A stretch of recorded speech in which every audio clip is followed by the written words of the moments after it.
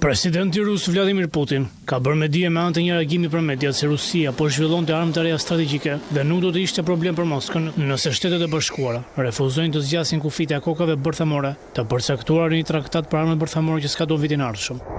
Megjithatë, ai tha se do të ishte për të ardhur keq nëse nuk do të mbetej asgjë nga kuadri i kontrollit të armëve midis dy vendeve, të cilat kanë deri më tani arsenalin më të madh bërthamor në botë. Duke folur me gazetarë në një samit në Taxhikistan, Putin tha se një nga armatimi është që tashmë në zhvillim sipër.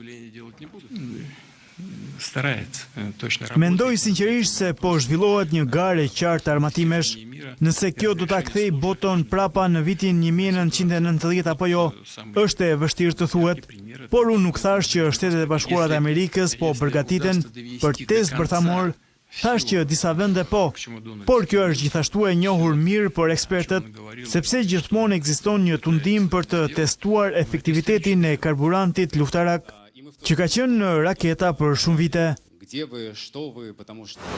Rusia ka thënë se është e gatshme të zgjas vullnetarisht kufit e kokave bërthamor të përcaktuar në traktatin e ristart, i cili s'ka dorë në shkurt. Nëse Shtetet e Bashkuara janë të gatshme të bëjnë një gjë, Washingtoni ende nuk ka pranuar zyrtarisht propozimin. A do të jenë mjaftueshëm këto pak muaj për të marrë një vendim për një zgjatje? Mendoj se do të jetë mjaftueshme nëse ka vullnet të mirë për të zgjidhur këtë marrëveshje. Dhe nëse amerikanët vendosin se nuk ka nevojë për të, kjo nuk është ndonjë gjë e madhe për ne, tha Putin. Ai shtoi se Rusia po vazhdonte të zhvillonte dhe testonte armët bërthamore të gjeneratës së re. Për herë të dytë brenda një jave, Putin u oferua mundësisë që vendet të tjera, të cilat nuk i përmendi, të kryejnë një provë bërthamore, diçka që vetëm Korea e Veriut e ka bërë këtë shekull.